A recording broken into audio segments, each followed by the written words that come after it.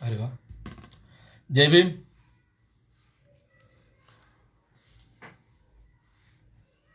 आज आपण बहुजन संघटक या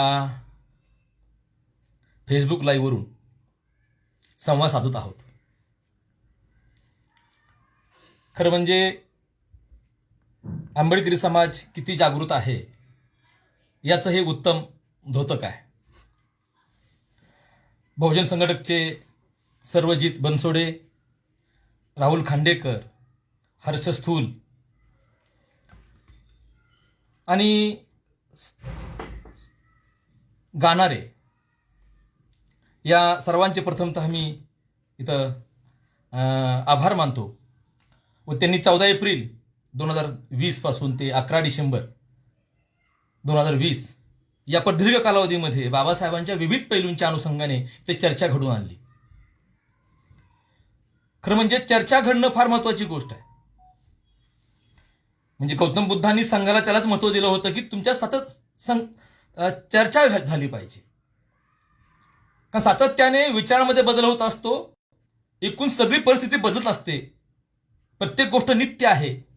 मग नवनवीन गोष्टींचा नवनवीन संदर्भ शोधणे, काळाच्या अनुषंगाने त्याचा संदर्भ लावणे व योग्य निर्णय घेणे हे प्रत्येक काळामध्ये गरजेचं असतं. म्हणून डॉक्टर बाबासाहेब आंबेडकर सांगायचे की प्रत्येक पिढीचा इतिहास हा वेगळा असला पाहिजे, प्रत्येक पिढीसाठी नवीन इतिहास लिहिला पाहिजे. नवनवीन संशोधन पुढे येत असतं, नवनवीन दृष्टिकोन पुढे येत असतो आणि काळाच्या अनुषंगाने जेव्हा आपण भूतकाळाकडे पाहतो तेव्हा आपल्याला वेगळंच एक दृश्य दिसतं.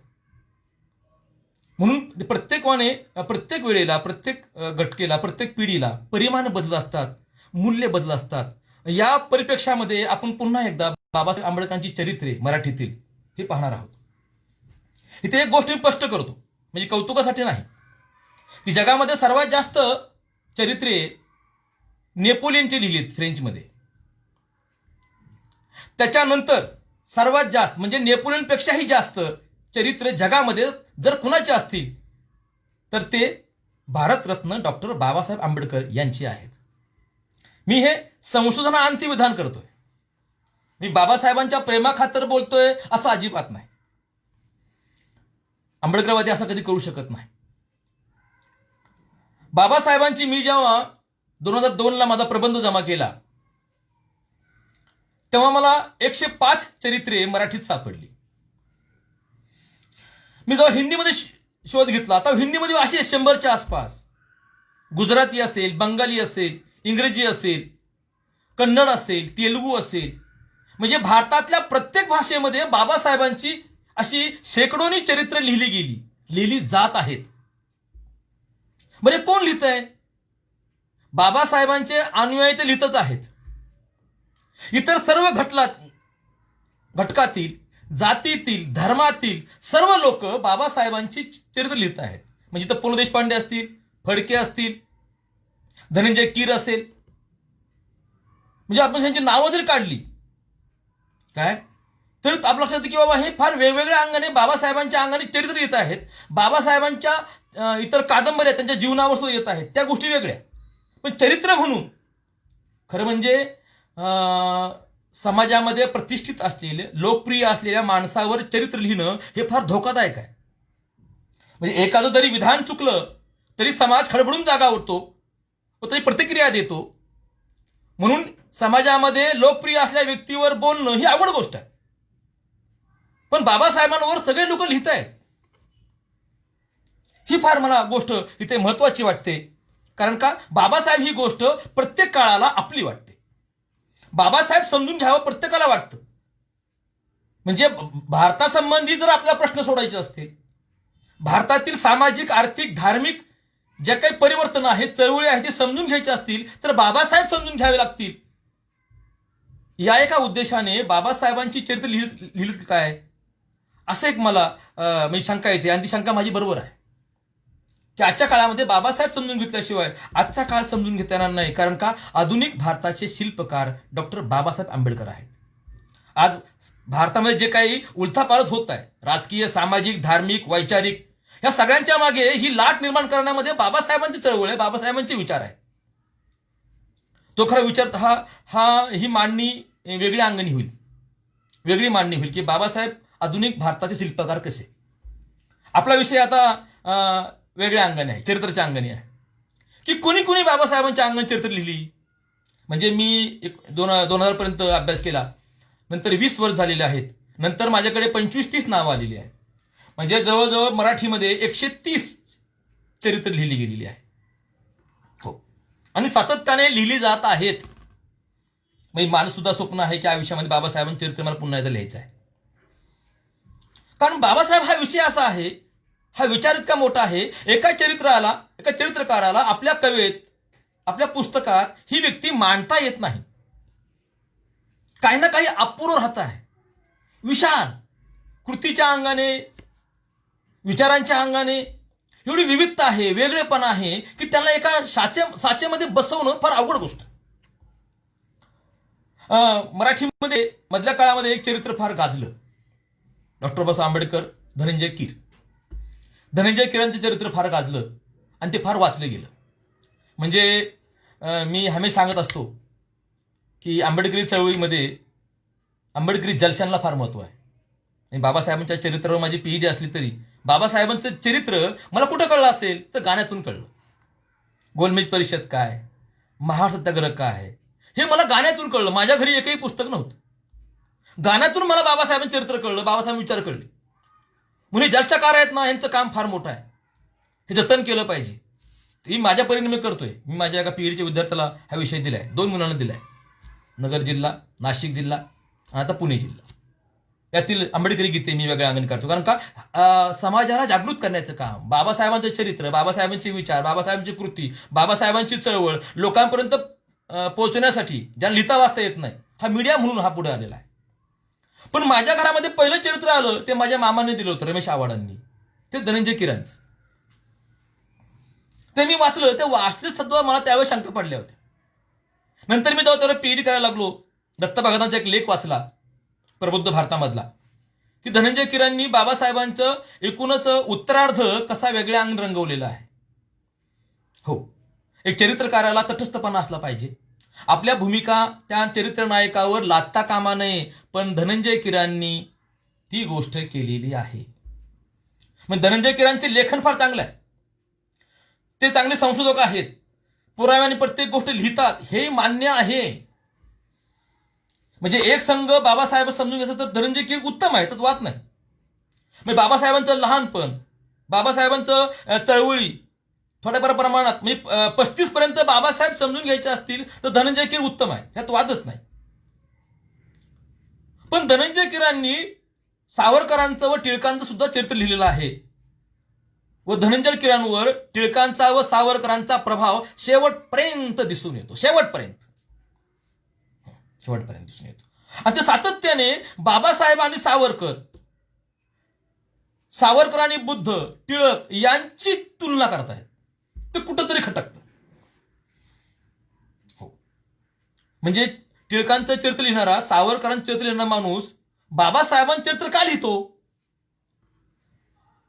म्हणजे एक गोष्ट लक्षात घ्या, धनंजय कीर हा बहुजन समाजातला माणूस आहे, OBC. माफ करा, इथं जातीचा उल्लेख होतोय. उगाच आडनावाच्या अनुषंगाने नको ते आपण दृष्टिकोन ठेवतो, ही चांगली गोष्ट नाही. त्यांनी त्यांच्या चरित्रामध्ये चुका केल्यात, मी सांगणारच आहे सप्रमाण तुम्हाला. परंतु शेवटी धनंजय कीरांनी फक्त बाबासाहेबांच्या अंगानेच लिखाण केलेलं आहे. बाबासाहेबांचं सगळे फोटो असतील, चरित्र म्हणजे फोटोच्या अनुषंगाने चरित्र छापण्याचं काम त्यांनीच केलंय. बाबासाहेबांचे काही जुन्या डॉक्युमेंट्स पुढे आणण्याचं काम कीरांनीच केले. मग शेवटी कीरांनी शेवटच्या 10 वर्षामध्ये फक्त बाबासाहेबांच्या अंगानेच काम केले. हेही खरं आहे. पण सुरुवातीच्या म्हणजे धनंजय कीरांचं चरित्र वाचनीय आहे, वाद नाही. त्यांचं निवेदन शैली, भाषा शैली ती जी आहे ना, ते खिळून धरते. आणि चरित्रामध्ये गोष्टी फार महत्वाच्या आहेत. एक प्रकारचं तुम्हाला वातावरण निर्मिती करता आलं पाहिजे. पहिली गोष्ट आपण हे चरित्र समजून असताना हे एक साहित्य आहे, साहित्यकृती आहे, एक वाङ्मय प्रकार आहे. चरित्र हा वाङ्मय प्रकार आहे, हे समजूनच तुम्ही लक्षात घ्यायला पाहिजे. तर त्यामुळे चरित्र कीर फार चांगलं लिहित आहेत. परंतु जेव्हा धर्मांतराचा मुद्दा येतो तेव्हा मात्र कीर चरित्र नायकाची जी भूमिका आहे त्याच्याशी एकनिष्ठ न राहता आपल्यावर असलेला प्रभाव सावरकर टिळकांचा तो त्या ठिकाणी दाखवतात आणि आपली मतं त्यामध्ये लादण्याचं काम करतात. म्हणजे चरित्रकाराला ही गोष्ट शोभनीय नाही, अजिबात नाही. म्हणजे महाडचा चवदार तळ्याचं स्पष्टीकरण करत असताना ते म्हणतायत की सावरकरांनी विदेशी कपड्यांची होळी केली व बाबासाहेबांनी महाड सत्याग्रह केला, हे दोन्ही सामानच आहेत. आता हे सामान कसं करू शकतात? आता हे न सांगितलं बरं. किंवा बुद्धाची धर्मक्रांती आणि सावरकरांची सामाजिक क्रांती तशीच बाबासाहेबांची क्रांती होती. आता ही तुलना म्हणजे कोणताही माणूस सांगेल ज्याने सावरकरांचा अभ्यास केलाय, ज्याने बाबासाहेबांचा अभ्यास केलाय, हे काही बरोबर नाही, हे काही बरोबर नाही, पण ते करतायत. आणि धर्मांतरासंबंधी मात्र सातत्याने ते जे काही धर्मांतर केल्यानंतर जी नकारात्मक मतं आलेली आहेत, नेहरू असेल, राधाकृष्ण असेल, ह्या सगळ्यांची मतं ते देत आहेत. म्हणजे तुम्ही जर तांब खरमडे वाचले, मी पुढे येणार आहे, तांब खरमड्यांनी पॉझिटिव्ह मतं, निगेटिव्ह मतं सगळी दिलेली आहेत. कसलाही भेदभाव नाही, चीर असं करत नाही, निगेटिव्ह मत देत आहेत. आणि त्याच दरम्यान धर्मांतराच्याच उल्लेख येत असताना, धर्मांतरांच्या सगळ्या गोष्टी लिहित असताना कीर मात्र 1935च्या आधी बाबासाहेब कसे होते, 35च्या आधी ते लिहित आहेत. म्हणजे बाबासाहेबांचा एकदा 35च्या आधी अपघात होता टाळला, तर बाबासाहेब म्हटले होते की एक अज्ञातशक्ती म्हणून मी वाचलो की काय असं. आता त्या काही बाबासाहेब धार्मिक होते हे सगळ्यांना माहिती आहे, सगळ्यांना माहिती आहे सुरुवातीला. पण बाबासाहेब मध्ये प्रचंड बदल झाला आणि तो बदल तुमच्यासाठी महत्वाचा आहे. त्या बदलाचा परिपाक तुम्ही आम्ही आहोत. ते तुम्ही म्हणले असतील, पण ते 56ला सांगण्याची गरज नव्हती. नेहरूंनी हिंदू धर्मासंबंधी जे काही मतं लिहिलेली आहेत, म्हणजे हिंदू धर्मामध्ये अंतर्गत एक असं प्रकाश आहे जो जगाला व्यापून टाकू शकतो, अशी त्यांनी जे नेहरूंची मतं आहेत ती दिलीत. अरे जगामध्ये बौद्ध धर्म गेला, हिंदू धर्म गेला नाही. मग जगात बौद्ध धर्म काय गेला या संबंध त्यांनी विवेचन करायला पाहिजे. पण तसं नेहरू हे करत नाहीत, कीर करत नाहीत, ते नेहरूचं मत देत आहेत. आणि सावरकरांनी जे सांगितलं की बाबासाहेबांचं हे धर्मांतर नाही पंथांतर आहे, आणि ते म्हणतायत, म्हणजे हे टीका केलेली आहे, टीका केलेली आहे. आणि बाबासाहेबांच्या धर्मांतरानंतर ज्या लोकांनी पत्र दिलेली आहेत आणि ज्यांनी पत्र लिहिली नाहीत, म्हणजे नेहरूंनी पत्र लिहिली नाहीत, आहे की नाही, उपराष्ट्रपती त्यांनी पत्र दिले नाही, मग त्याचबरोबर सावरकरांनी सुद्धा पत्र त्यांना दिलं नाही, म्हणजे धर्मांतरानंतर त्यांना शुभेच्छा दिल्या नाहीत असा उल्लेख केलाय. आज ज्यांनी शुभेच्छा दिल्या नाहीत त्याचा उल्लेख तुम्ही कशाला करताय? म्हणजे सावरकरांनी शुभेच्छा दिल्या नाहीत, नेहरूंनी दिल्या नाहीत, म्हणजे सावरकरांचं चरित्र आहे का बाबासाहेबांचं? लक्षात घ्या, मी किराणवर जास्त बोलतोय कारण का लक्षात घ्या, माझा मामा सुद्धा एवढं चळवळीत काम करणार होता, पण किराणचं चरित्र वाचून तो बौद्ध धर्मासंबंधी निगेटिव्ह विचार करत होता. किराणचं चरित्र वाचल्यावर बाबासाहेब कळतात, त्यांची चळवळ कळते, पण बौद्ध धर्मासंबंधी निगेटिव्ह मत तयार होतं. कारण का कीर तशी मांडणी करतात. आणि ते पुढे म्हणतात की एक बौद्ध लेखकाला बाबासाहेबांचं धर्मांतर नाहीच असं वाटतं. कोण लेखक त्याचा उल्लेख करत नाही. बघा, हा चालक इतर शब्दांची शब्दच्छल, बुद्धिभेद लक्षात आला पाहिजे. नेमका हा माणूस काय लिहितोय? इतकं ओघवत्या भाषेत लिहित आहेत की तो एक बौद्ध लेखक असा म्हणाला की हे धर्मांतरच नाही, कारण धर्मांतर हे पैशाचं लालच देऊन, सेवाभाव करून आणि परदेशातला धर्म स्वीकारला तर धर्मांतर असतं, ह्याला धर्मांतर म्हणता येणार नाही. हा आंबेडकर पंथ आहे. कोण लेखक? तो लिहित नाहीत.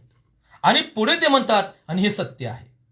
बघा, हे सत्य आहे, हे 3 शब्द फार महत्वाचे आहेत. आम्ही साहित्याचे अभ्यासक आहोत.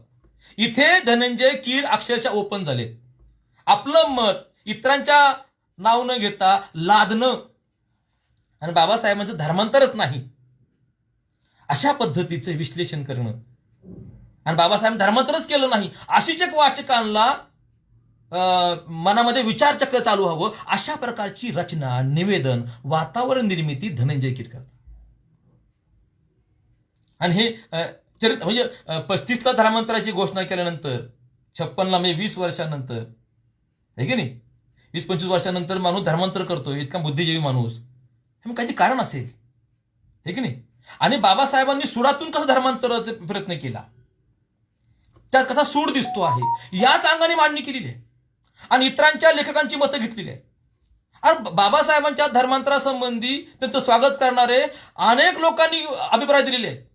धनंजय तुमचे चांबक खैरमडे वाचा, त्यांनी सगळं दिलेलं आहे. त्याचा एकाचाही उल्लेख न करता निगेटिव्ह मत देत राहणं,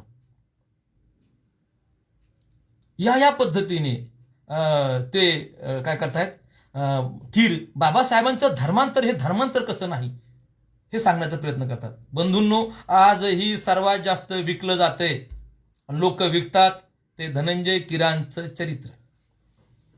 धनंजय कीरांचं चरित्र 64ला मराठीमध्ये आलं. त्याच्या आधी 54च्या आसपास ते इंग्रजीमध्ये आलेलं आहे आणि ते बाबासाहेबांनी वाचलेलं आहे. त्या संबंधित चांबक खरं म्हणून त्यांना प्रश्न विचारलेला आहे, बाबासाहेब चरित्र कसं आहे. तर बाबासाहेब म्हणतायत की तो धनंजय कीर नावाचा व्यक्ती माझ्याकडे आला होता, त्यांनी काही मला प्रश्न विचारले, माझी मुलाखत घेतली, पण मी जी उत्तरं दिलीत ती उत्तरं त्यांनी यामध्ये मांडलीच नाहीत, लिहिलीच नाहीत. बाबासाहेबांचा धनंजय कीरांच्या चरित्रासंबंधी अभिप्राय फार महत्वाचा आहे. ते काय म्हणतात, मी त्यांना जी उत्तरं दिली ती उत्तरं धनंजय कीरांनी आपल्या चरित्रात लिहिलीच नाहीत. चरित्रनायकाचं मत न देणं हे चरित्र लेखनाच्या दृष्टीने फार मोठा गुन्हा आहे, फार मोठा गुन्हा आहे. आणि आजही तेच चरित्र सर्वात जास्त विकलं जातंय, तेच चरित्र सर्वात जास्त खपवलं जातंय. हा एक लक्षात ठेवला पाहिजे. ते विकू नये का नाही, पण त्याचे धोके सुद्धा तुम्हाला सांगणं एक अभ्यासक म्हणून चरित्रकाराचा हे माझं काम आहे. कारण का, बाबासाहेबांच्या आयुष्यातली सर्वात मोठी घटना धर्मांतर आहे. धर्मांतर आहे, तेच विकृत केलं. बाबासाहेब धर्मांतरच नाही, सूडबुद्धीतून बाबासाहेब वागतायत असं जर दाखवलं तर ते चरित्र त्या एकूण जे चौकट आहे त्या चौकटीत बसण्यासारखं नाही. अशा पद्धतीचं धनंजय कीरांचे चरित्र आहे. त्यानंतर चरित्र येतं आहे चांबक खैरमोडे. चांबक खैरमोडेचा पहिला खंड, त्यांचे 12 खंड आहेत, हा 52ला आलाय. बाबासाहेबांच्या आहेतीमध्ये त्यांचं चरित्र आलं असेल ते म्हणजे चांबक खैरमोडे. खरं म्हणजे ह्याच्या आधीही 50च बाबासाहेबांचं चरित्र आलं होतं पाकिस्तानमध्ये, आज लाहोरमध्ये. ते छोटं म्हणजे त्या काय लिहिले गेले, चांबक खैरमोडेच्या आधी लिहिले गेलेलं आहे. खरं म्हणजे हे चरित्र मला माझा अभ्यास झाल्यानंतर मिळालं काय, त्यामुळे त्याचा जास्त मी उल्लेख करू शकलो नाही. मी बाबासाहेबांचं चरित्र हे 50 पासून आहे आणि ते पहिले लिहिलं गेलं पाकिस्तान, लाहोर ह्या भागामध्ये. हे फार महत्वाची गोष्ट आहे. म्हणजे बाबासाहेब ही व्यक्तीच वेगळी आहे. इंग्रजीमध्ये, फ्रेंचमध्ये, जर्मनीमध्ये, आफ्रिकनमध्ये बाबासाहेब चरित्र पोहोचलेलं आहे, बाबासाहेब लिहित आहे, त्यांचे विचार लिहित आहेत. ही फार मोठी गोष्ट आहे. चांबक खैरमोडे, मी सगळ्यांना विनंती करेल, ज्यांना बाबासाहेब आंबेडकर समजून घ्यायचे असतील, आंबेडकरी चळवळ समजून घ्यायची असतील, तर त्यांनी चांबक खैरमोडेंचे जे 12 खंड आहेत, आता सुगाव प्रकाशांनी काढलेले आहेत, ते सगळे घेऊन वाचावेत. हा तर एक गोष्ट इथं आहे. धनंजय कीर वाचताना एका झटक्यामध्ये बाबासाहेबांसगळं जन्म ते मृत्यूपर्यंत आपल्या गोष्टी कळतात, महापरिनिर्वाणापर्यंत. हे चांबक खैरमोडेंचं असं होतंय की एक लिंक अशी जी आहे ना, जी पाहिजे ना, वाचनीयता, आम्ही त्याला म्हणतो की चुंबकीय तत्व खेचलं पाहिजे वाचकाला त्या पुस्तकाने काय, आणि ते वाचत वाचत पुढं काय असं ते पुढे गेलं पाहिजे, हे मला मान्य आहे. परंतु बाबासाहेब आंबेडकर या व्यक्तीस लिहित असताना, व्यक्तीसंबंधित असताना पुराव्याने लिहिलं पाहिजे, सगळ्या गोष्टी विस्तृतपणे लिहिल्या पाहिजे. आणि नुसते बाबासाहेब ते लिहित नाहीत, बाबासाहेबांची चळवळ, बाबासाहेबांचा समाज, बाबासाहेबांच्या काळात घडणाऱ्या राजकीय सामाजिक गोष्टी, सगळ्या धार्मिक, सगळ्या त्या काळी वृत्तपत्रात कोणत्या बातम्या यायच्या, त्या काळात कोणतं आंदोलन झाली, इतर ह्याचाही विस्तृतपणे उल्लेख चांबक खैरमोडे करतात.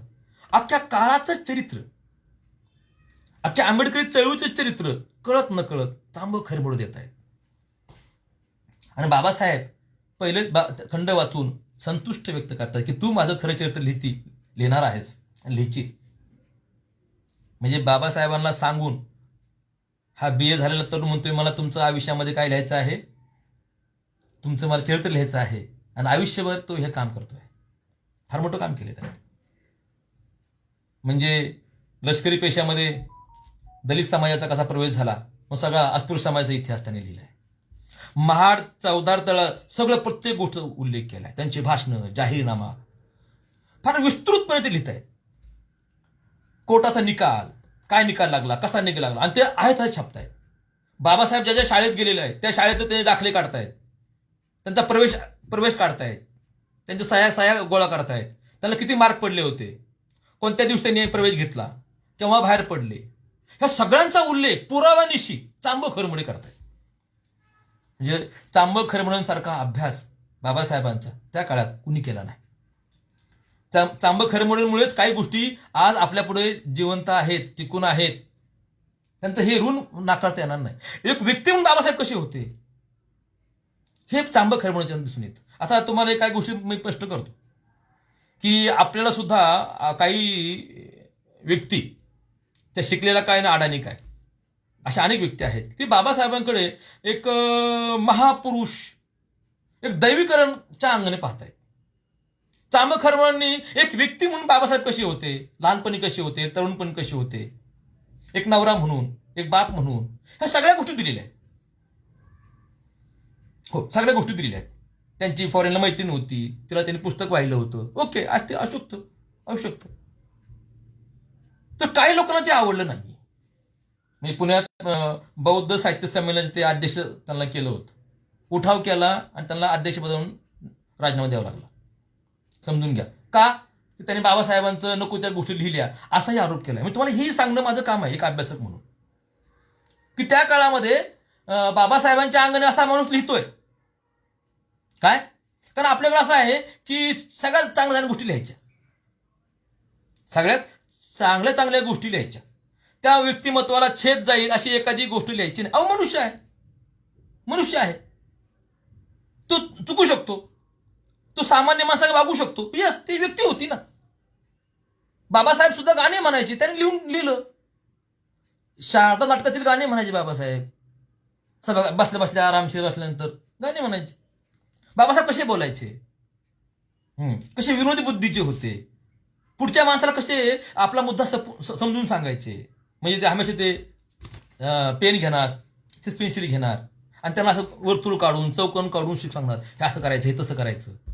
म्हणजे ते पेन दाबणार किंवा सस्पेन्शन दाबणार, ते नख मोडायचा, पण दुसरी घ्यायची. बाबासाहेब, आणि त्याला त्या माणसाला कळलं नाही, ते म्हणायचे तुला काय सांगू फत्रे. म्हणजे बाबासाहेबांचे एकूण व्यक्तिमत्व कसं होतं, हे बारीक बारीक गोष्टी खरमडे सांगतायत. हो, बाबासाहेबांची पत्रे, पत्नीला लिहिलेली पत्रे, सगळ्यांना लिहिलेली पत्रे, आणि बाबासाहेबांचे मतभेद, हो, सगळ्या गोष्टी. बाबासाहेब रागल्यावर किती असे उग्र दिसायचे, त्यांचा आवाज कसा घोगरा यायचा, ह्या सगळ्या गोष्टी. बाबासाहेब सुद्धा कसे लोकांशी वागायचे, एखादा राग धरला मी कसा राग धरायचे, ह्या सगळ्या गोष्टींनी लिहिलेल्या आहेत. पण त्या काळामध्ये, मधल्या काळामध्ये पुण्यातल्या माणसाला किंवा मराठी माणसाला ते आवडलं नाही. हो, कारण का, आपण त्या अंगाने पाहत नाही. म्हणजे सिद्धार्थ कॉलेजची, आपलं तुमच्या मिलिंद कॉलेजचे बांधकाम चालू होतं, आहे की नाही, झाडं लावायची होती. म्हणजे गोल तयार करायचं, गोल करून ते झाड लावायचं आणि मोठं एक त्याला गोल करायचं होतं. ते काय बाबासाहेब म्हणले की तुम्ही एक आपण कंपास तयार करा, कर्कटक मोठं लाकडी, आपण त्याने काय करू, गोल तयार करू आणि मग ते झाड लावू. आता काही लोक कोणी बोलायला तयार नाही पुढं, कारण का, गोल काढण्यासाठी कंपास तयार करायची गरज नाही. एक मोठं खिळा लावला, दोरी ओढली तर आपण गोल काढू शकतो. सामान्य गोष्ट आहे. पण बाबासाहेब त्याकडे प्रश्न उपस्थित केला होता. बोलता बोलता त्यांच्याबद्दल अनेक विचार असायचे, अनेक गोष्टी असतात. त्यामुळे त्यांनी सहज गोल काढायचं का, कंपास तयार करा, कर्कटक तयार करा, आपण ते तयार करू, सहज म्हटले असतील. पण अशा गोष्टी देऊ नयेत, अशा काय लोकांचं उल्लेख, हे की नाही, काय प्रेमाच्या गोष्टी असतील, हे की नाही. बाबासाहेब रोमॅन्टिक व्यक्ती होती, पुढे आपण पाहणार होतो. आपण आपल्याला ते समजून घ्यावं लागेल. हो, मी सुद्धा या अंगात नाही गेलो. काय गोष्टी वाचताना मला हे धक्के बसले, अरे कसं काय, कारण आपण सुद्धा बाबासाहेब या अंगाने पाहतो. मी ग्रामीण भागात ना आलो, काय बाबासाहेब म्हणजे वेगळे आपले आदर्शच, हे की नाही. पण माणूस चुकू शकतो, त्यालाही मन, इच्छा, ह्या गोष्टी आहेत, हे की नाही. ह्या गोष्टी म्हणजे खरे म्हणून सगळ्यात दिल्या. म्हणजे फॉरेनहून बाबासाहेब शिकून आले, डिग्री घेऊन, नंतर परत गेले फॉरेनला, परत आले 23ला. तेव्हा असं एक अफवा उतरली की बाबासाहेबांनी दुसरं लग्न केलंय आणि 2-2 हार घेऊन लोक आली होती. तसं काय झालं नव्हतं, पण ते अफवा होती आहे की नाही. आणि ते सगळं त्यांनी लिहून काढलं. कोणी लिहिलं? खरं म्हणून लिहिलं सगळ्या गोष्टी. त्या काय गोष्टी लोकांना आवडलं नाही, कारण आपल्याकडे चरित्र म्हणजे तो वीर पुरुष आहे, तो अजिबात चुकतच नाही, त्याच्यावर कसलं काळा डागच नाही, अशी एक तुमची आमची धारणा असते. त्याच्यामुळे खैरमोडांना त्रास झाला. पण जेव्हा आज आम्ही पाहतोय, तर आम्ही खैरमोडांच्या या कार्याला सलाम करतो. आपण बाबासाहेब, गौतम बुद्ध हे आपले मार्गदर्शक आहेत, हे व्यक्ती म्हणून पाहतोय आपण. आणि ते व्यक्ती असणं हीच गोष्ट मोठी आहे. अद्भुत व्यक्ती, दैववादी, दैवत्व प्राप्त करून देणं ही गोष्ट चांगली नाही चांगली गोष्ट. विज्ञानात ते बसत नाही. म्हणून एक व्यक्ती म्हणून बाबासाहेब कशी होती हे जर पाहायचं असेल, आणि बाबासाहेब सगळ्या चळवळी, त्या काळातल्या सगळ्या घडामोडी पाहायच्या असतील, तर चांब खरमोडेसारखं दुसरं चरित्र नाही. मी बाबासाहेबांच्या एकूणच त्यांच्या जीवन कार्याचा, चरित्र लेखनाचा अभ्यासक आहे. मी तुम्हाला माझ्या अनुभवातून सांगेल की बाबासाहेबांचं ऑथेंटिक चरित्र हे चांब खैरमोडेंचे 12 खंड आहे. ऑथेंटिक शब्द वापरतोय, ऑथेंटिक शब्द. म्हणजे टायपिंगमध्ये सुद्धा एखादी गोष्ट चुकली असेल काय, तर त्यांनी ब्रत सांगितलं की ही 26 नाही 25 तारीख आहे. प्रस्तावामध्ये पुढच्या खंडात येतं की येतं की ही तारीख 25 नाही 26 आहे, असं लगेच ते सांगतात. इतकं ॲक्युरेट हा माणूस होता. आयुष्यभर ह्या माणसाने वाहून घेतलं. मधल्या काळात बाबासाहेब यांचे गैरसमज झाले होते, दुरावले होते, बाबासाहेबांनी लांब ठेवलं होतं. पण ते स्वतः लिहितात ना, बाबासाहेब माझे चिडले होते, मला रागवले होते, माझ्या संबंध लोकांनी गैरसमज करून दिले.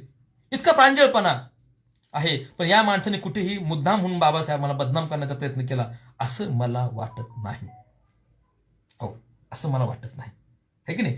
बाबासाहेबांचा तो जीवन प्रवास आहे. चळवळीत काम करणाऱ्या माणसाने हे चरित्र वाचलं पाहिजे.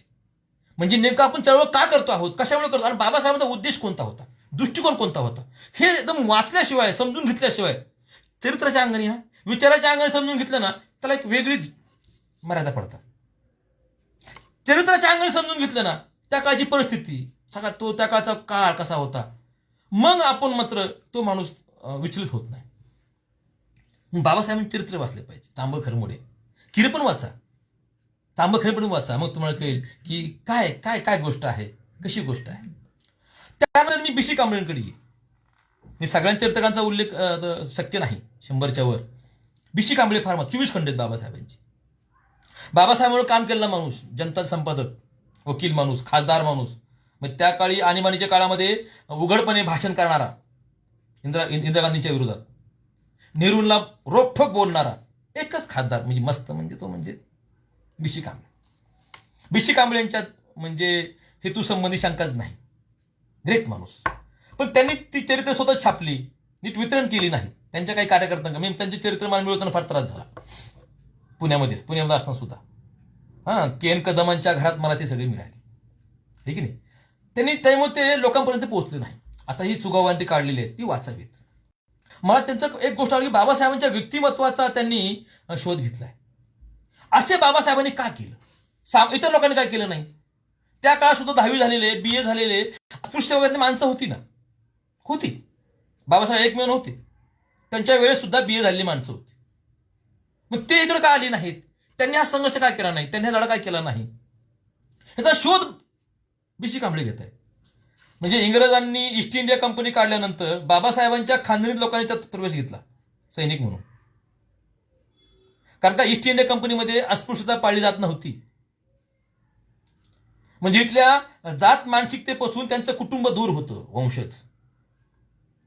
त्याच्यामुळे जेव्हा बाबासाहेबांना अस्पृश्यतेचे अनुभव आले तेव्हा ते त्याला सहन झाले नाहीत. म्हणजे व्यक्तिमत्व कसं फुलत गेलं बाबासाहेबांचं, हा शोध घेण्याचं काम. कुणाला वाटलं की बाबासाहेबांचा त्यांच्या पंजोबाचा काय संबंध आला, डायरेक्ट नाही.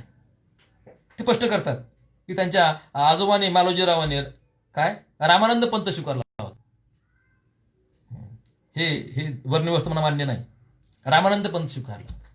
रामजींना वाटलं की रामानंद पंथ हा बुद्धिजीवी पंथ नाही, त्यांनी कबीर पंथ स्वीकारला. आणि बाबासाहेब वाटलं की पंथ चांगली गोष्ट नाही, त्यांनी धर्मांतरच केलं. आजोबांनी, वडिलांनी पंथांतर आणि बाबासाहेबांनी धर्मांतर. क्रांतिकारक व्यक्तिमत्व. आणि प्रत्येक गोष्टीत बाबासाहेब क्रांतिकारक कसे होते ह्याचं BC कांबळे फार विस्तृतपणे लिखाण करतायत. पण चरित्रलेखनाचं एक चौकट असते, त्याला पुरावे द्यावे लागतात. आणि बाबासाहेबांसारख्या मोठ्या व्यक्तींसंबंधी विधान करत असताना पुरावे दिलेच पाहिजेत. सामान्य माणसाचं चरित्रलेखन वेगळं, असामान्य व्यक्तीचं चरित्र लिहित असताना तुम्हाला पुरावे द्यावेच लागतात. बाबासाहेब असे म्हणाले, त्यांनी असं केलं होतं, कुठे ते पुरावा देत नाहीत. त्यांनी फार छान लिहिले, ह्यात वादच नाही, ह्यात वादच नाही. म्हणजे बाबासाहेबांच्या प्रत्येक संशोधन, एम.ए. त्यांनी जो प्रबंध लिहिला असेल, PhD जो प्रबंध लिहिला आहे की नाही, DSc जो प्रबंध लिहिला, त्या सगळ्या प्रबंधामध्ये बाबासाहेबांचं संशोधन कसं आहे, बाबासाहेबांचं वेगळेपण कसं आहे, हे सगळ्यात पहिल्यांदा BC कांबळेने मांडलं. आणि फक्त नाव ऐकून होतं. रुपयाचा प्रश्न, जाती समस्या आहे की नाही, पण ते नेमकं काय आहे, कसं आहे, ते ग्रंथ शोधून त्याचा अभ्यास करून त्याच्यावर विवेचन BC कांबळे करतायत. फार मोठी गोष्ट, फार मोठी गोष्ट. आणि त्याच्यावरती मांडणी बाबासाहेबांचे वेगळे पण सांगतायत. ही सगळी गोष्ट आहे. पण ते मध्ये लिहित असताना बाबासाहेब असे म्हणाले, तर कुठे म्हणाले, पुरावे काय, साल कोणतं, असं काय देत नाही, असे सलग लिहित राहतात. त्याच्यामुळे त्यांची ते मत प्रमाण मानायचे का, पटले न पटले हा गोष्ट वेगळा बरं का. संशोधनामध्ये पुरावा लागतो, हा माझ्या ओळखीचा आहे, हा फार चांगला माणूस आहे, मग खरं अजिबात नाही, अजिबात नाही. बाबासाहेबांनी सुद्धा प्रत्येक बघा तुम्ही, बाबासाहेबांनी प्रत्येक पुरावा दिल्याशिवाय लिहिलं नाही. अस्पृश्यपूर्वी कोण होते बघा, काय काय अभ्यास केलाय. शूद्रपूर्वी कोण होते बघा, त्यांनी काय काय अभ्यास केलाय. म्हणजे मग बाबासाहेबांचं विधानासंबंधित तुम्ही असताना कुठे विधान केलं हे तुम्ही ते दिलं पाहिजे. नाही, हे जमणार नाही तुम्हाला. बाबा असे कुठे म्हणाले, काय म्हणाले, हे ते काही संदर्भ देतच नाही. त्यामुळे ते चरित्र फार चांगलं आहे, फार गोष्टी त्यात येत आहेत, पण त्या संदर्भ न दिल्यामुळे संशोधक, अभ्यासक त्याची दखल घेत नाही. आता हे म्हणजे तुम्हाला आहे ते आहे. BC कांबळेची दखल घेतली जात नाही, कारण ते कुठेही संदर्भ देत नाहीत. चांबखरवणे बघा, संदर्भ देऊनच बोलतायत. पुस्तक कोणतं, आवृत्ती कोणती, साल कोणता, दिवस कोणता, तसं BC कांबळे लिहित नाहीत. पण BC कांबळेचं अजून एक वैशिष्ट्य आहे, तुम्हाला आम्हाला काय म्हणला, गोलमेज परिषद माहिती आहे की नाही, दुसरी, पहिली आपण सांगत नाही. तिसरी गोलमेज परिषद फार महत्वाची आहे. तिन्ही गोलमेज परिषदावर एक एक खंड त्यांनी लिहिलेला आहे. हो, पहिली गोलमेज परिषद, दुसरी गोलमेज परिषद, तिसरी गोलमेज, आणि त्यात बाबासाहेबांची सगळी भाषणं कशी होती. अहो, सगळ्यात महत्वाची म्हणजे आपल्या पुणेकरांना माहिती आहे की नाही, गांधी आंबेडकर संघर्ष माहिती आहे. तिसरी गोलमेज परिषद ही सगळ्यात महत्वाची आहे. मी एक अभ्यासक म्हणून मला वाटलं, कारण त्यामध्ये इंग्रज गव्हर्नरला बाबासाहेबांनी प्रश्न विचारलेले आहेत की तुम्ही ही गोष्ट केली, म्हणजे भारतामध्ये इथल्या गव्हर्नर्सनी, कलेक्टरनी काय काय केलेलं आहे, त्यांनी कोणतं चांगलं काम केलंय, कोणतं वाईट काम केलंय, कायदा कसा मोडलेला आहे, कोणता कायदा बरोबर आहे, कोणता बरोबर चुकीचा आहे, हे सगळं बाबासाहेब सप्रमाण सांगतायत. म्हणून बाबासाहेबांच्या पुढे यायला जिथले गव्हर्नर्स, कलेक्टर भीताय.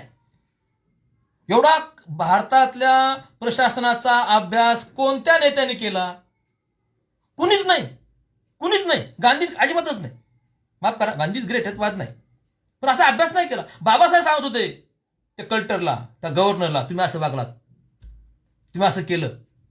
आणि त्या अनुषंगाने तिसरी गोलमेज परिषद फारच बाबासाहेबांचं देशप्रेम दाखवणारी आहे. आणि बाबासाहेब कसे देशप्रेमी होते, कट्टर राष्ट्रवादी होते, हे सगळी मांडणी करण्याचं काम BC कांबळे करते. BC कांबळेंच्या या कार्याला म्हणजे हेच नाही, तोडच नाही. आणि ते ज्या पद्धतीने मांडतायत, बऱ्याच वेळा कसं होतं, ते मध्ये व्यत्यय आणतात. म्हणजे एखादी गोष्ट चालू आहे, म्हणजे धर्मांतर मुद्दा चालू आहे, मध्येच ते लिहितात की दलित साहित्य संबंध लिहित आहेत, की आपण बौद्ध झालो असलो तरी काही लोकांनी दलित साहित्य निर्मिती केली, ही काही गोष्ट चांगली नाही. आता हा मुद्दा वेगळा होईल, पण ते असे मध्ये मध्ये मध्ये दुसरं काही लिहित बसतात. त्यामुळे तो विषय बाजूला राहतो आणि दुसरंच भलतं चालू होतं, ठीक आहे.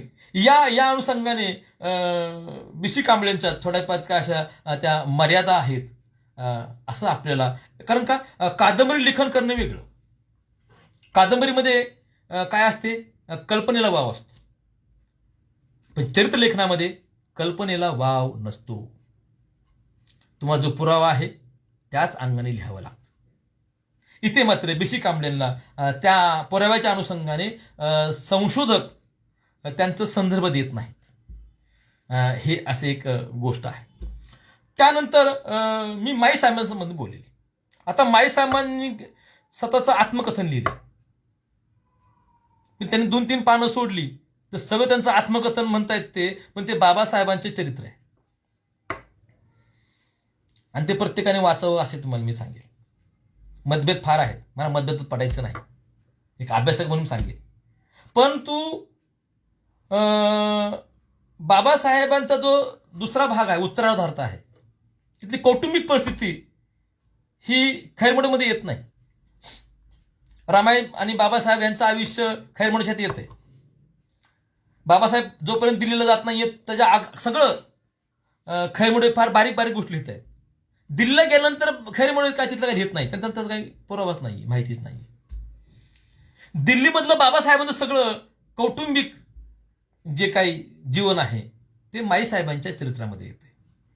बाबासाहेबांना काय जेवण कसं गरम आवडायचं, टेबलावर कसे ते हे करायचे, कपडे कसे घालायचे, वस्तू कशा गोळ्या करायचे, त्यांना गरम कसं आवडायचं, सूप पहिलं कसं आवडायचं, या सगळ्या गोष्टी माईसाहेब देत आहेत. त्यांना संधिवात होता, रक्तदाब होता, त्याला मध्ये एक अटॅक येऊन गेला होता, ह्याचा उल्लेख कोणी करत नाही.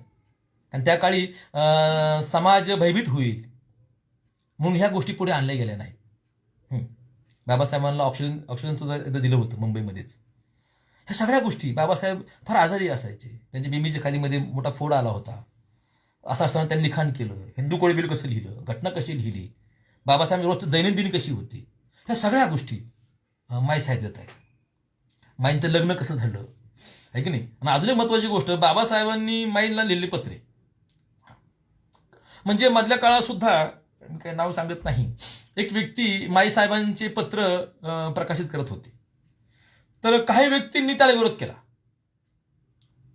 आता तो विरोध तुम्ही समजून घेऊ शकतो, कारण मी त्याच ह्यातनं गेलेलो आहे की एक रोमॅन्टिक बाबासाहेब तुम्हाला आम्हाला नाही सहन होणार आहे की नाही. प्रेमपत्रे तुम्ही जर पाहिलं असं, रामायण पत्र रामू म्हणायचे.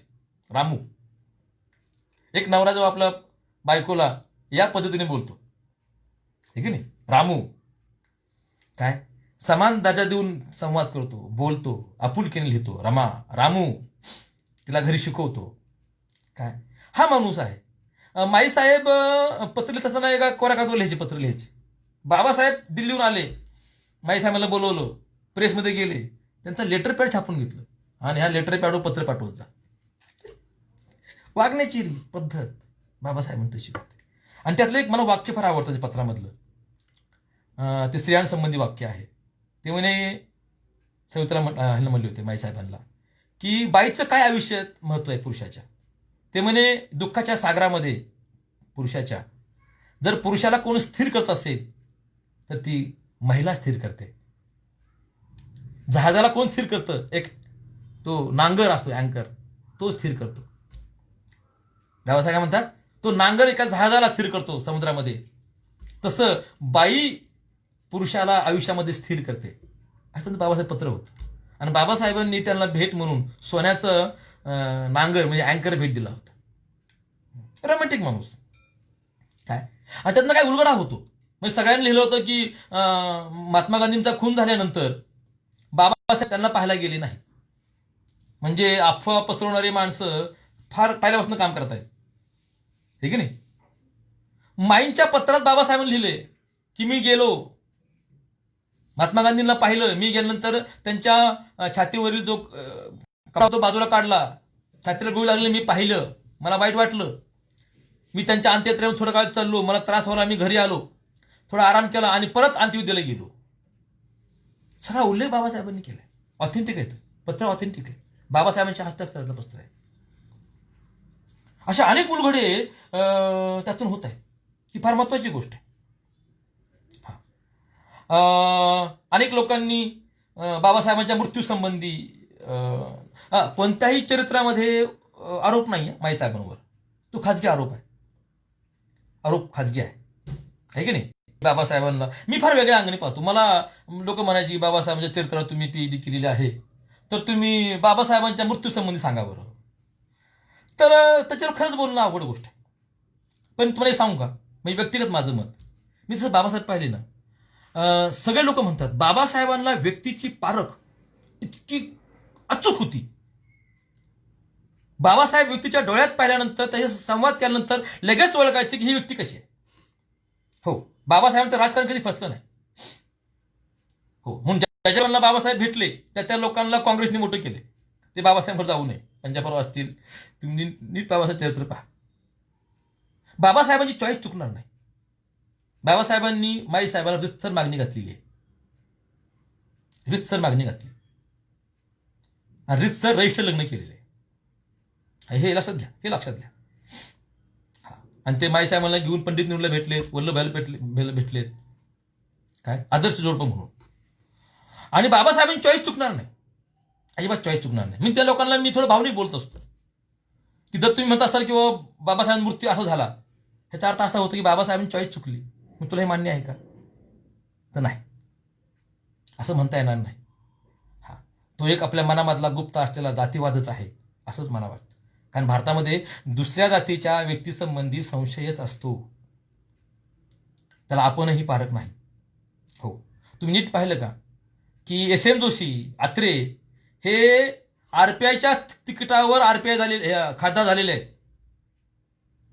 SM जोशी, के अत्रे, आहे की नाही?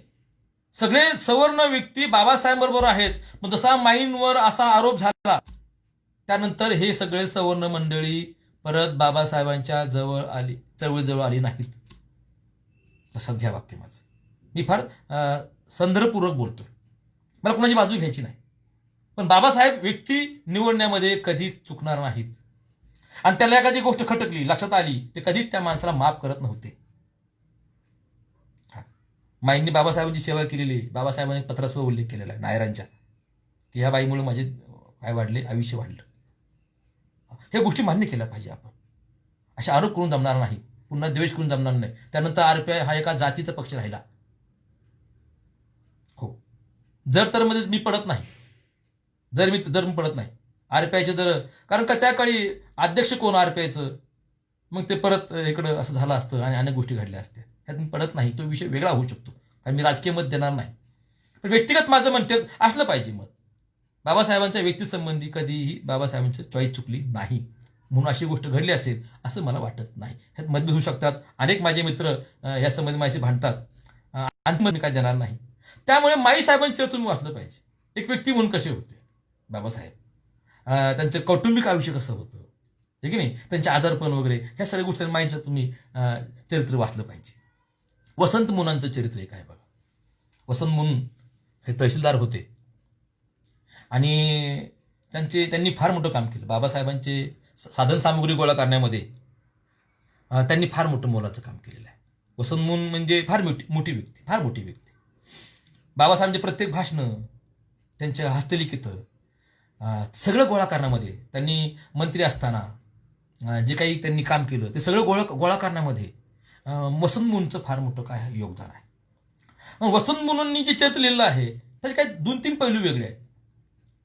महर्षी विठ्ठलरामजी शिंदे आणि बाबासाहेब संघर्ष झाला, म्हणजे बहुजन समाजामधले अनेक विचारवंत जेव्हा आम्ही बसतो तेव्हा ते म्हणतात की विठ्ठलरामजी शिंदेनं तुम्ही वाईट टाकलं, विठ्ठलराम शिंदेला बाबासाहेब चांगले वागले नाहीत, ती काही गोष्ट चांगली नाही.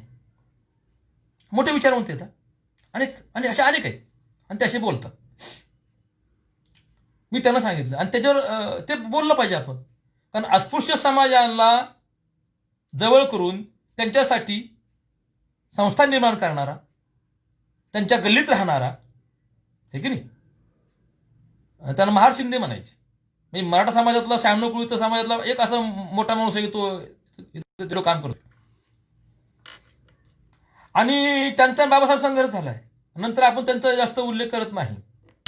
खरं मग त्यांच्या कार्याला सलामच आहे. आणि बाबासाहेबांनी त्यांच्यावर जो मृत्यूलेख लिहिला ना, ते वाचलं पाहिजे तुम्ही.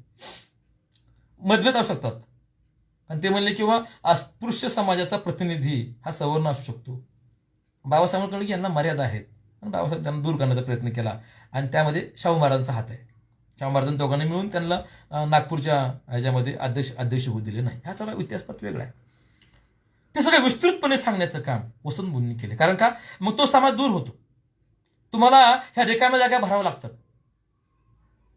चरित्रामध्ये ह्या रिकाम्या जागा भराव्या लागतात. लोकांचे गैरसमज दूर करायचे असतात सप्रमाण. ते वसंत मुनींनी केलं. गांधी आंबेडकर संघर्ष आहे म्हणजे काय माणसांचं एवढं रंगवलेलं आहे की मला ते हसायलाच येतं. ते तसं मला वाटत नाही. तो संघर्ष वेगळ्या पातळीवरचा आहे. वेगळ्या काय म्हणजे अस्पृश्यांसाठी लढणारा बाबासाहेबांच्या आधी महात्मा गांधी होते, यात वाद नाही. पण त्यांना मर्यादा होत्या आणि ते मर्यादा दाखवण्याचं काम बाबासाहेबांनी केलं. आणि बाबासाहेबांच्या प्रभावाने सगळ्यात जास्त परिवर्तन महात्मा गांधींमध्ये झालेलं. आंतरराष्ट्रीय लग्न असेल ते मी त्यांना आशीर्वाद देईल. ज्या मंदिरामध्ये दलितांना प्रवेश आहे त्याच मंदिरात मी जाईल आणि दलित वस्तीत ते राहायचे. ही फार मोठी गोष्ट. ते काय त्यावेळेस काय मतदान होतं काय? मतदानासाठी मी काम केलं नाही, त्यांना वाटलं होतं. पण त्यांना मर्यादा होत्या. त्यांना म्हणजे ते वर्णव्यवस्था मानत होते. बाबासाहेबांच्या वर्णव्यवस्था मानते. वर्णव्यवस्थाच परिपाक जाती व्यवस्था परिपाक अस्पृश्यता आहे. मर्यादा आहेत म्हणून त्यांनी विरोध केलाय. तो तात्विक पातळीचा विरोध होता, है की नाही? तो स्पष्ट करण्याचं काम काय माहिती का तुम्हाला, मी आता आपण आज या उंबरठ्यावर आहोत की हा असा तो तसा. त्याच्या मागे त्याचे एक बंधुभाव असतो, एक समाज असतो, तो आपल्याकडून दूर जातो. विठ्ठलरामजी शिंदे आणि बाबासाहेबांचे संबंध स्पष्ट केल्याशिवाय बहुजन समाज आपल्याकडे येणार नाही. गांधी आणि बाबासाहेब संबंध कसे होते हे स्पष्ट केल्याशिवाय गांधीवादी लोक आपल्याकडे येणार नाहीत. आपण एकटे पडलेलोच आहोत. हे आपल्या चुकाच आहे. हो, हे समजून घेतलं पाहिजे तुम्ही. म्हणजे धर्मांतर जी घोषणा केल्यानंतर महाडच्या 14 तळ्याच्या सत्याग्रहाला जी लोक होती, सवर्ण लोक, ती परत बाबासाहेबांवर राहिली नाहीत. नाही राहिली. चिटणीस असतील, ठीक आहे नाही, तुम्ही नीट पाहत त्यांचं काय झालेलं आहे पुढे. त्यांच्या मुलामुलीत लग्न झाली नाहीत. ज्यांनी बाबासाहेबांना जाणलं त्याला फार त्रास झाला, साथ दिली. शिकिबी समाज होता, बरत होता, ब्राह्मण समाज होता, ठीक आहे नाही. धर्मांतर घोषणा केल्याबरोबर ते दूर झाले. आपण त्याचा असाही अभ्यास केला पाहिजे. आणि धर्मांतर केल्यानंतर सुद्धा आपल्या वेगळ्या अंगाने प्रवास झालेला आहे. हो, नंतर बाबासाहेब आरपीआय काढतायत आणि सगळ्यांना बोलत आहेत, समजून घ्या, ह्या गोष्टी समजून घ्या. अस्पृश्यांचा पक्ष सोडून ते रिपब्लिक पक्ष काढतायत. ह्याचा उलगडा तुम्हाला करता आला पाहिजे. आणि हे चरित्राच्या अंगाने केलं तर अधिक चांगला. कारण का, त्यात बाबासाहेबांच्या व्यक्तिमत्वाच्या अंगाने ते करतायत. वैचारिक मांडणी करत गेलो ना ते मतभेद होत आहेत. आता माझा अनुभव आहे, हे वसंत मुनींनी केलेलं आहे. आपण माणसं तोडत गेलो तसं जमणार. बरं, बेजचं राजकारणासाठी हे करायचं का नाही? तुम्हाला पुन्हा बाबासाहेबांची चळवळ समजून घेतली. रिपब्लिक सगळ्यांसाठी काम करत आहेत. ते आपण संकुचित चाललोय. आजही एका धर्माचा एका जातीचा पक्ष म्हणून शिक्का बसला जातो. तो पुष्ट प्रयत्न करणार का नाही? पण आपण आहेत किती हे समजून घ्या तुम्ही. हे समजून घ्या. आणि चरित्र फार महत्वाचं आहे. म्हणजे संभाजी महाराजांचं चरित्र आलं, कसं आलं होतं, वेगळ्या अंगाने आलं. धर्मांतर करणार नाही, अमुक झालं तमुक झालं, मुस्लिमांच्या विरोधात संशोधन केलं आहे का लोकांनी. शिवाजी महाराजांचं चरित्र संशोधन केलं आणि वेगळी मांडणी केली. काळ बदलला, दृष्टिकोन बदलला. पण असं काही नाहीच. इतिहासात बदल केल्यानंतर समाज बदलतो, हे सूत्र विसरायचं नाही. इतिहास उलगडून दाखवल्याशिवाय समाज बदलत नाही. म्हणून बाबासाहेबांना अस्पृश्यपूर्वी कोण होते लिहावं लागलं, शूद्रपूर्वी कोण होते लिहावं लागलं. शूद्र कसे वेगळे होते, अस्पृश्य कसे वेगळे होते, आजचा बहुजन ओबीसी हा शूद्र कसा होता, हे सगळं लिहावं लागलं बाबासाहेबांना. इतिहास चेंज केला की समाज बदलतो, सूत्र विसरायचं नाही. मग तुम्हाला इतिहास पुन्हा एकदा वेगळ्या अंगाने मांडणी करावं लागेल. गांधी आंबेडकर संघर्ष वेगळ्या अंगाने मांडावं लागेल. शिंदे आंबेडकर संघर्ष वेगळ्या अंगाने मांडावं लागेल. बाबासाहेबांनी वेगवेगळे पक्ष का काढले, ती गरज कशी होती, नंतर त्यांनी कोणकोण पत्र लिहिली, काय पत्र लिहिली, आरपीआयत कसं लोकांना बोलवलं, हे तुम्ही समजून घेतलं पाहिजे. जाहीरनामा कसा होता, पहिला पक्ष कोणता होता, हे समजून नाही घेतलं तर तुम्ही एक कल्ले होणार. तुम्ही बाबासाहेबांचा विचार पुढे घेऊन जाऊ शकत नाही. नाही घेऊ जाऊ शकत. ह्या रिकाम्या जागा भरावं लागतील. म्हणून तुम्हाला सातत्याने इतिहास चेक करावा लागेल. सातत्याने इतिहासात घडणाऱ्या गोष्टींकडे वेगळ्या अँगलनी बघावं लागेल. आणि त्या आजच्या परिप्रेक्षेमध्ये ते फार महत्वाचं आहे. आणि ते वसंत मून करतायत. वसंत मूनचं हे काम फार मोठं आहे वाटतं मला. त्यानंतर एक दखल घ्यावसारी एक व्यक्ती आहे, ती म्हणजे भालचंद्र फडके. म्हणजे भालचंद्र फडके ही फार मोठी व्यक्ती, बाबासाहेबांवर धर्मांतर केलेली, आहे की नाही. मिलिंदमध्ये कामाला असलेली, बाबासाहेबांनी निवडलेली माणसं ते मेपुरेगे, राघव जाधव, आहे की नाही. हे सगळे बाबासाहेबांनी निवडलेली प्राध्यापक म्हणून मंडळी आहे. हा माणूस शेवटपर्यंत बाबासाहेबांच्या विचारांशी एकनिष्ठ राहिला. त्यांचं एक चरित्राचं वैशिष्ट्य आहे, ते BA पर्यंत बाबासाहेब स्वतः बोलत आहेत. म्हणजे प्रथम पुरुषी निवेदन आहे, स्वतः बाबासाहेब आपली कहाणी सांगत आहे. अशा पद्धतीची मांडणी केलेली आहे. त्यामुळे ते फार वाचनीय झालेलं आहे की मी कसं जगलो, काय कसं जगलो, फार छान लिहिलेलं आहे. पण त्याचबरोबर त्यांनी फार महत्वाचा एक पैलू त्यांनी मांडला आहे की बाबासाहेबांची जी काही पुस्तक येणार होती, म्हणजे मार्क्स संबंधी बाबासाहेब पुस्तक लिहिणार होते, आहे की नाही. त्याचा आराखडा त्यांनी तयार केला होता कार्ल मार्क्स संबंधी. आणि बाबासाहेबांच्या लिखाणाचं वैशिष्ट्य होतं, कोणतंही पुस्तक लिहिण्याआधी ते सगळं काय लिहायचे, चॅप्टर तयार करायचे. आणि ते चॅप्टर जे आहे, आराखडा जो आहे, ते विद्वान लोकांना पाठवायचे, त्यांची मतं घ्यायची, मग नंतर पुस्तक लिहायची. म्हणजे हा पैलू आपल्याला जास्त माहिती नव्हता. बाबासाहेबांनी बुद्ध आणि धम्म याच्या वेळेस सुद्धा असंच केलेलं आहे. नीट पहा तुम्ही, बाबासाहेबांची पुस्तक अशीच आहे. ते त्या विषयातल्या विद्वानांना ते आराखडा पाठवायचे, मी असं पुस्तक लिहितोय, तुमचं काय मत आहे, असे चॅप्टर आहेत. ते त्यांचं पुस्तक पूर्ण झालं नाही कार्ल मार्क्सच्या अंगाने, ते त्यांनी तो चॅप्टर सगळा दिलेला आहे. आणि बाबासाहेब कशा कोणत्या अंगाने चळवळ करी पाहत होते काय. आणि सगळ्यात महत्वाचं म्हणजे संसदेमध्ये बाबासाहेबांची भाषणं जी आहेत ना, ती फार महत्वाची आहे. मी हमेशा सांगतो की आम्हाला भिवा माहिती आहे, भीमराव माहिती आहे, डॉक्टर आंबेडकर माहिती आहेत, बाबासाहेब माहिती नाहीत अजून नीट. आणि बोधिसत्व अजून लांबची गोष्ट आहे. बाबासाहेब अख्ख्या भारताचे आहेत, अख्खे भारताचे आहेत. मी 4-5 पैलू पाहतो बाबासाहेबांचे: भिवा, भीमराव, डॉक्टर आंबेडकर, बाबासाहेब आणि बोधिसत्व डॉक्टर बाबासाहेब आंबेडकर. बाबासाहेब अख्ख्या जगाचे बाबासाहेब झालेत, समाजाचे झालेत. हे पैलू आपल्याला आलेच नाहीत. त्यांचं संसदीय भाषणं पाहताना आपलं लक्षात येतं. आणि त्याच्यावर प्रकाश टाकण्याचं काम भालचंद्र फडकेंनी केलंय.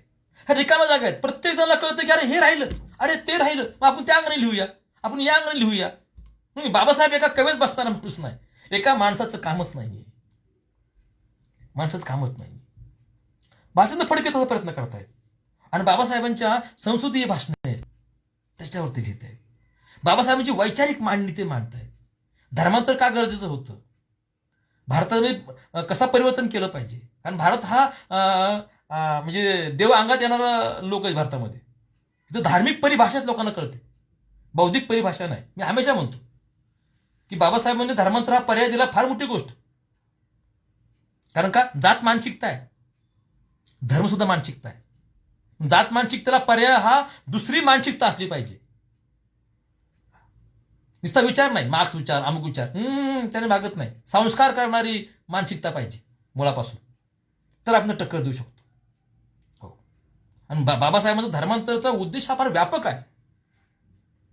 म्हणजे बाबासाहेबांना धर्मांतराच्या वेळेस काही लोक त्यावेळेस आमदार खासदार नावं घेत नाहीत.